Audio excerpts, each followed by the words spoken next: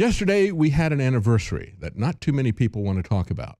It marked the 10th anniversary of Mexico's literal war on drugs, where they started using troops to shoot it out in the streets with people. And of course, the violence that we've seen in Mexico based on the war on drugs far exceeds what we've seen even here in the United States.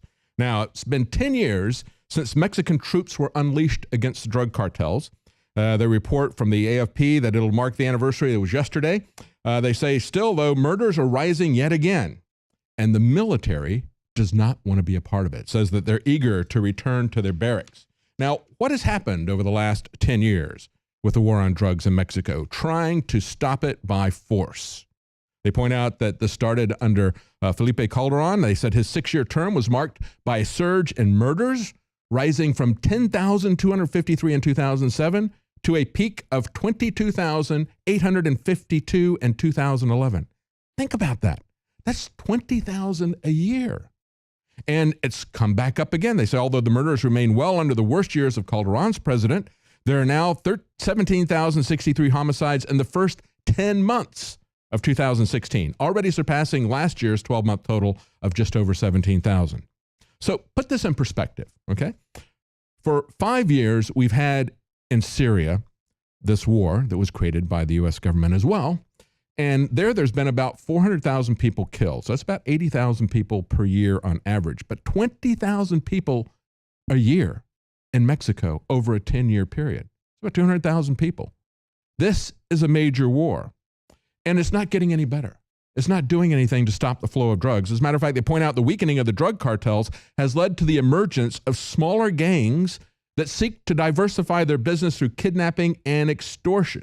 Now, those are not counted as drugs because they've diversified. But you create these cartels just like you create the corrupt government agency. You corrupt the court system, you corrupt the police system, you involve the military, and it continues to go on. They say the war has become much more complex. The level of death has escalated. This is a security expert at the University of Mexico. They say the drug cartels have terrorized the population by leaving decapitated bodies of their rivals on roadsides or hanging them on bridges. Do we want that in America?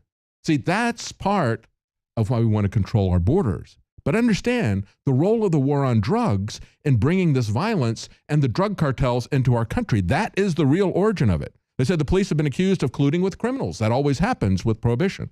While soldiers and Marines have faced allegations of committing torture, extrajudicial killings, sexual abuse. Even the defense minister agrees that troops do not belong in a law enforcement role. Of course they don't. He said, we didn't ask to be here. We don't like it. We didn't study how to chase criminals. And yet it gets worse and worse. So we have to understand, it's been 45 years for the United States. We haven't gotten to this level yet, but it will.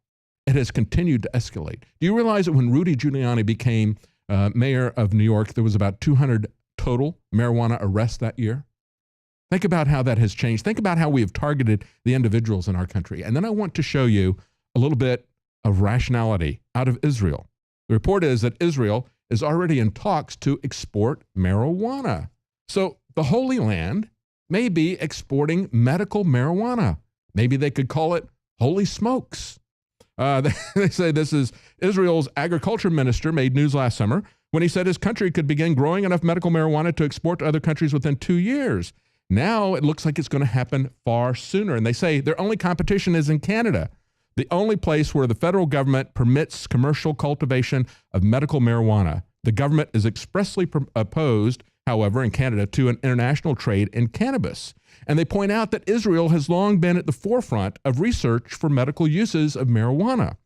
They first isolated THC, and then they discovered the body's endocannabinoid system as a bonus. You see, your body was set up to use some of the chemicals that are in marijuana. It's a natural plant. It is not a class 1 drug, as the United Nations created that schedule so that it has absolutely no medical use.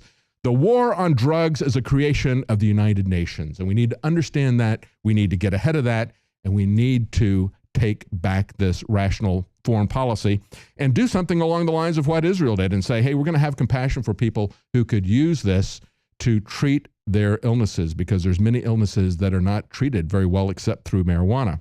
Well, that's it for tonight's news. Join us again tomorrow night at 7 Central, 8 p.m. Eastern for the InfoWars Nightly News.